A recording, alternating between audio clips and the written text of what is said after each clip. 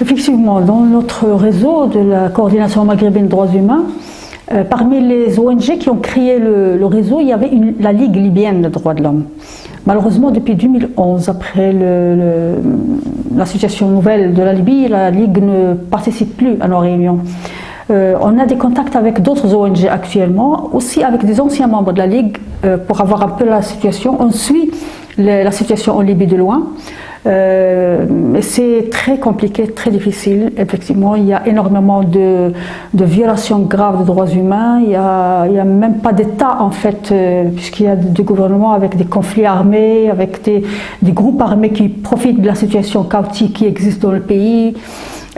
Donc il y a énormément de torture, de violence, d'atteinte au droit à la vie. Mais il y a quand même une lutte. Moi j'ai rencontré aussi des femmes, un réseau de femmes qui luttent pour la paix, qui luttent pour la reconstruction du pays. Il y a énormément d'ONG qui sont mises en place pour des actions avec les femmes, avec les jeunes, pour la paix comme j'ai dit. Donc il y a une lutte continue des Libyens et des Libyennes pour un avenir meilleur. On ne voit pas encore, en fait, en tout cas nous à la coordination, on ne voit pas encore la fin du tunnel, mais c'est sûr qu'ils y arriveront parce que c'est des très bonnes volontés qui sont là et avec des moyens pas tout à fait, avec très peu de moyens, mais il y a une grande volonté pour améliorer la situation en Libye.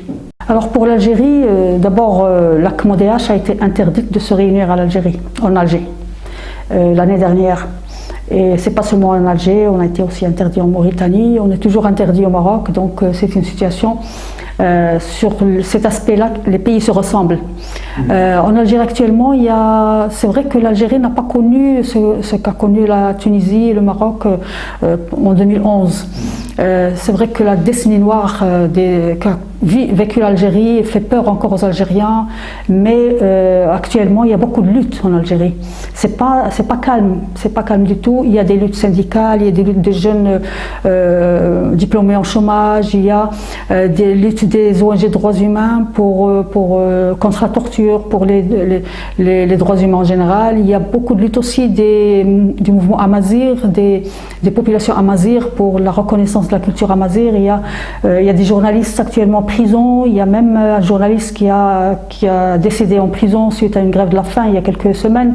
Donc il y a énormément de violations, mais il y a aussi beaucoup de luttes, beaucoup de résistance et beaucoup d'aspiration à un avenir meilleur aussi en Algérie, parce que la situation n'est pas du tout calme comme on pense, mais il y a beaucoup de violations de droits humains. Selon les deux ligues algériennes qui sont membres de la coordination maghrébine des droits humains, il y a presque plus possibilité d'enregistrer une ONG. Presque toutes les ONG ont des problèmes d'enregistrement, de reconnaissance de l'État. Ils ont beaucoup de problèmes pour travailler dans les espaces publics. Il y a un problème aussi en ce qui concerne la liberté de presse. Beaucoup de journalistes sont réprimés, poursuivis devant la justice. Il y a un journaliste qui est poursuivi dernièrement pour avoir interviewé dans son site, son blog, un diplomate israélien. Donc il risque 25 ans de prison. D'ailleurs, on suit l'affaire de près. Les deux ligues suivent aussi cette question-là. Donc il y a énormément de défis. Il y a aussi des luttes de femmes en Algérie pour des lois plus justes, plus égalitaires entre hommes et femmes. Donc voilà, c'est surtout après la crise économique, après la chute du prix du pétrole, l'Algérie vit aussi des problèmes économiques, sociaux, et beaucoup de populations refusent la nouvelle politique d'austérité qui s'installe. Donc il y a beaucoup aussi de défis et beaucoup de problèmes qui certainement, les deux ligues membres de la CMODH auront beaucoup de travail. Ils ont déjà beaucoup de travail, ils font énormément de rapports, énormément d'actions pour améliorer la situation des droits humains, pour aussi soutenir les victimes de violations de droits humains. Et voilà, j'espère que les choses choses s'amélioreront, surtout au niveau des droits fondamentaux, parce que si on n'a pas la possibilité d'enregistrer une association, si la liberté d'association, la liberté de réunion pacifique n'est pas possible, c'est que rien d'autre ne sera possible. Ni les syndicats travailleront, ni les partis politiques, les ONG. Donc finalement, c'est une atteinte aux droits et aux libertés fondamentales. Oui, en Tunisie, c'est l'espoir de toute la région en fait. Tout le monde attend la Tunisie, on a tous espoir qu'en Tunisie ça marche. Et ça marche mieux que ce qui s'est passé partout ailleurs. Et ça peut encourager les peuples de la région à croire au changement et à croire à leur lutte, parce que les espoirs brisés de ce qui s'est passé en 2011 ont fait beaucoup de dégâts, parce que beaucoup de luttes ont diminué, parce qu'on voit ce qui se passe en Syrie, ce qui se passe en Libye. Les gens ont peur, mais aussi les régimes en profitent pour faire peur aux gens et pour mettre en devant la question de la sécurité. Et c'est comme on avait le choix entre la sécurité ou le chaos, c'est-à-dire le despotisme, la violation des droits ou le chaos. Donc les gens préfèrent un peu le premier choix. Mais en fait, c'est pas les choix qui existent. On peut changer, et la Syrie, plutôt la Tunisie, est notre espoir dans ce sens. Les choses avancent en Tunisie, effectivement. Même la démarche et l'approche utilisée pour mettre en place la nouvelle constitution est une approche démocratique, puisqu'il y a eu une instance constitutionnelle qui a été votée, qui a été élue démocratiquement, et qui a quand même aussi travaillé d'une façon consensuelle. Même les partis les plus forts ont travaillé avec les partis les moins forts dans un esprit de consensus, etc. Donc il y a une volonté chez la plupart des acteurs politiques de faire avancer les choses. Mais les choses n'avancent pas quand même d'une façon très simple et très facile, parce qu'il y a quand même maintenant actuellement, il y a encore des cas de torture et beaucoup d'impunité. Il y a une tentative aussi de bloquer le processus de changement, puisque après la mise en place de l'instance vérité et dignité, il y a une tentative de faire passer un projet de loi sur la réconciliation économique. C'est en fait une amnistie des responsables des crimes économiques dans le passé. Heureusement qu'il y a eu une réaction très forte de la population, des Tunisiens et Tunisiennes, qui sont sortis dans les rues pour refuser cette tentative d'amnistie. Il y a aussi beaucoup de problèmes au niveau de la presse également. Il y a l'exécutif qui domine un peu le champ médiatique, le champ du journalisme et de la presse. Il y a dernièrement un responsable d'une télévision qui a été limogé par une décision de l'exécutif, en dehors des lois et sans respecter les procédures qu'il faut.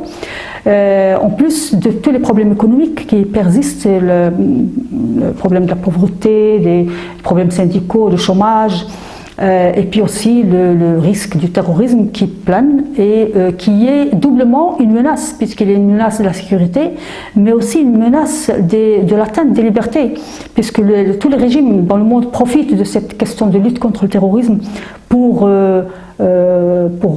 réviser un peu et pour faire régresser en fait le niveau des libertés, pour aussi c'est-à-dire freiner les lois qui existent sous prétexte que la lutte contre le terrorisme, il nécessite de ne pas respecter les lois, d'utiliser des moyens illégaux pour protéger la société contre le terrorisme. Donc cette double menace pèse beaucoup sur la Tunisie, comme elle pèse sur nos pays, ensemble du Maghreb. Mais pour la Tunisie, il y a une grande lutte de la Ligue, des deux ONG, ou des 4 ONG actuellement qui sont membres de la CMODEH, mais il y a énormément tout un tissu de la société civile qui travaille pour préserver les acquis de la révolution, qui refuse en fait cette régression qui menace les acquis des Tunisiens et des Tunisiennes. Au Maroc, il y a des avancées et des régressions. À chaque fois, des avancées et des régressions. Le pouvoir politique au Maroc, il agit tout le temps avec une idée de faire des réformes quand c'est obligatoire et quand c'est le prix de la non-réforme est plus fort que le prix de la réforme. politiquement. C'est comme ça que le Maroc est géré et le pouvoir politique qui gère la situation. Dans les années 90 déjà, au moment du régime de Hassan II, les 10 dernières années, il y avait beaucoup de libertés qui ont été mises en place. La liberté de la presse, la torture qui a diminué, des lois qui ont changé, les prisonniers politiques ont été libérés et tout. Parce qu'il y avait une obligation de la conjoncture politique, une transition à gérer pour l'arrivée du nouveau roi, et puis la situation internationale avec la chute du mur de Berlin. Donc il y a beaucoup de pressions qui ont obligé à faire des réformes. Et c'est comme ça que se fait aussi, après 2000 aussi 2001, 2002, il y a la mise en place de l'instance équité et réconciliation par le roi Mohamed VI, qui a révisé un peu les dossiers des années de plomb, qui a indemnisé les victimes, qui a mis en place un certain nombre de recommandations. Mais une fois les choses sont bien installées, les recommandations ne sont pas mises en œuvre, rien n'est appliqué, et ça c'est une chose qui est spécifique au Maroc. Il y a beaucoup de réformes, mais les lois ne s'appliquent pas. Et les réformes ne sont pas mises en œuvre. C'est ce qu'on vit à chaque fois. Et après 2011, il y a encore cette pression de la rue qui a obligé à mettre en place une réforme de la Constitution. Il y a beaucoup d'acquis dans la Constitution, mais ce n'est pas une vraie Constitution démocratique. Ça n'a pas été fait d'une façon démocratique comme en Tunisie. C'est une commission mise en place par le roi qui a fait la révision de la Constitution. Et puis, il y a quand même au sein de la Constitution beaucoup de problèmes de concentration de pouvoir qui entravent la démocratie, parce que la démocratie, c'est d'abord la séparation des pouvoirs, c'est des contre-pouvoirs, etc. Mais même les acquis qui ont été mis en place par la Constitution, c'est-à-dire un certain nombre de droits qui sont maintenant constitutionnalisés, la pénalisation des violations de droits et des libertés, la reconnaissance de la langue amazigh comme langue officielle, etc. Il y a beaucoup de choses qui sont mises à l'intérieur de la Constitution. Mais une fois la pression de la rue et le mouvement du 20 février qui a obligé à faire cette Constitution, cette nouvelle Constitution, une fois ce mouvement est devenu plus faible, c'est-à-dire l'essentiel des droits et libertés qui sont instaurés dans cette Constitution, on ne les voit pas dans la réalité et dans la pratique. Les lois organiques, par exemple, de la constitutionnalisation, l'officialisation de l'amazigh jusqu'à maintenant n'est pas mise en place. Donc on a annoncé la langue amazigh officielle, mais dans la pratique, elle n'est pas encore officielle puisque la loi organique n'est pas sortie. On a annoncé dans la Constitution la possibilité pour les ONG, pour les associations de faire les pétitions et de faire des propositions, etc. pour le Parlement. Cette loi organique n'est pas encore mise en place.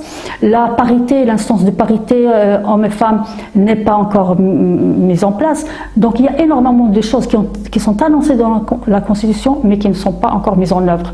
Et puis le droit, par exemple la liberté d'expression qui est annoncée dans la Constitution, la liberté d'association et tout ça ne s'applique pas. En plus, depuis 2014, le ministre des Affaires de l'Intérieur avait fait un discours au Parlement en juillet 2014 pour insulter les ONG droits humains, pour les diffamer et il les a traités d'ONG travaillant répondant à des agendas étrangers, recevant de l'argent douteux de l'extérieur, etc. Et que ces ONG entravent les efforts de l'État contre le terrorisme. Donc là encore une instrumentalisation de la lutte contre le terrorisme pour affaiblir les ONG droits humains. Et depuis lors, il y a une répression systématique contre l'Association marocaine des droits humains qui n'arrive plus à avoir un espace public pour travailler, aucune salle publique ne lui est donnée, aucun moyen d'avoir, même les salles privées, même les salles des hôtels par exemple, quand l'ANDH loue une salle privée, il y a les autorités qui appellent le propriétaire de la salle pour faire de la pression, pour l'intimider. Effectivement, il y a même les propriétaires de salles privées ont peur et ils ne donnent pas des salles à la MDH. Exactement, dans la coordination, il y a je crois l'année dernière, on avait organisé un séminaire sur les droits des femmes dans la région maghrébine. Et on a parlé un peu de la situation, des choses qui se ressemblent effectivement dans tous les pays du Maghreb, puisque il y a quand même des lois de la famille qui se ressemblent, où il y a, avec des disparités, mais qui restent discriminatoires par rapport aux femmes. Il y a surtout dans les aspects qu'on peut appeler les aspects religieux, comme l'héritage, par exemple, il y a encore une discrimination à l'égard des femmes dans tous les pays du Maghreb. Au Maroc, il y a d'autres discriminations telles que le mariage avec un non-musulman. La femme musulmane n'a pas le droit de se marier avec un non-musulman. La tutelle des enfants, le père a toujours la tutelle des enfants, la mère n'a jamais la tutelle des enfants, même en cas de divorce. Bon, il y a énormément d'aspects où il y a des discriminations à l'égard des femmes. Il y a aussi la violence à l'égard des femmes qui est presque généralisée dans tous les pays du Maghreb. Il y a très peu de lois. Au Maroc, il y a une loi, mais qui n'est pas efficace. Dans d'autres pays, il n'y a pas de loi qui protège les femmes contre la violence. C'est encore une revendication des associations de femmes. Il y a la question de l'analphabétisme dans ces pays-là qui touche les femmes beaucoup plus que les hommes. Il y a la discrimination dans le travail, dans les salaires et le harcèlement sexuel dans les milieux de travail qui reste encore, qui plane et qui est préjudiciable par rapport aux femmes. En Mauritanie, il y a la spécificité de l'esclavage qui persiste encore et les femmes sont beaucoup victimes de cette question-là, surtout les hommes, des fois, ils fuient les situations d'esclavage, mais les femmes ne fuient pas parce qu'elles ont des enfants qu'ils veulent emmener, Donc finalement, c'est une situation un peu spécifique par rapport aux femmes qui vivent l'esclavage en Mauritanie. C'est un peu décevant de le dire encore au XXIe siècle, de parler de l'esclavage, mais il y a cet esclavage, mais il y a aussi ce qu'on appelle l'esclavage moderne, mais je préfère les nouvelles formes d'esclavage que de parler d'esclavage moderne, parce qu'il n'y a pas de modernité dans l'esclavage, mais il y a les nouvelles formes d'esclavage qu'on vit dans tous nos pays. C'est les réseaux qui utilisent les femmes, soit dans des réseaux de prostitution, soit des réseaux qui emmènent les femmes dans le pays du Golfe pour travailler, mais qui se retrouvent après dans des conditions qui n'ont rien à voir avec les contrats de travail qu'ils ont. Donc il y a énormément de choses qui sont communes aux femmes du Maghreb. Ce qu'on peut dire aussi, c'est qu'il y a des luttes des femmes au Maghreb qui sont aussi communes aux femmes du Maghreb. Il y a énormément d'associations de femmes qui luttent pour les droits des femmes contre la discrimination. Et il y a un aspect qui est très important, c'est que les femmes, les élites féminines qui existent dans la région maghrébine, c'est grâce à l'enseignement qui ont pu être sauvées de cette situation de pauvreté, de discrimination et de violence aussi. Donc le seul moyen, pas le seul, mais un des moyens les plus importants pour que les femmes marocaines, les femmes maghrébines puissent acquérir leurs droits, c'est d'abord à travers un enseignement public de qualité et gratuit, où toutes les filles puissent avoir place pour prospérer un jour, parce que sans l'enseignement, les femmes ne trouveront jamais une situation meilleure dans notre région. Déjà, on peut dire une chose, c'est que lorsque la Tunisie, après la Révolution et lorsque le régime de Ben Ali est parti, la première des choses pour lesquelles le nouveau régime a commencé à plaider, c'est une union maghrébine. Ça veut dire que l'union maghrébine, elle est liée d'abord au droit des peuples du Maghreb à l'autodétermination. Lorsque les peuples du Maghreb, des pays maghrébins, seront des peuples qui ont la décision politique entre leurs mains, automatiquement les peuples vont s'unir parce qu'ils savent que leur bonheur, c'est dans leur unité ensemble. Mais tant qu'il y a des régimes dictatoriaux, tant qu'il y a des régimes qui sont là par la force, bien sûr, ils créeront toujours les problèmes et les guerres et les distorsions, parce que c'est grâce à ça que ces régimes continuent à vivre. Donc c'est très lié, l'unité du Maghreb, avec la lutte pour la démocratie dans chaque pays. C'est pour ça qu'en luttant dans nos propres pays pour la démocratie, en même temps nous sommes en train de lutter pour un Maghreb uni, où il y aura des libertés et les droits pour l'ensemble des peuples de la région.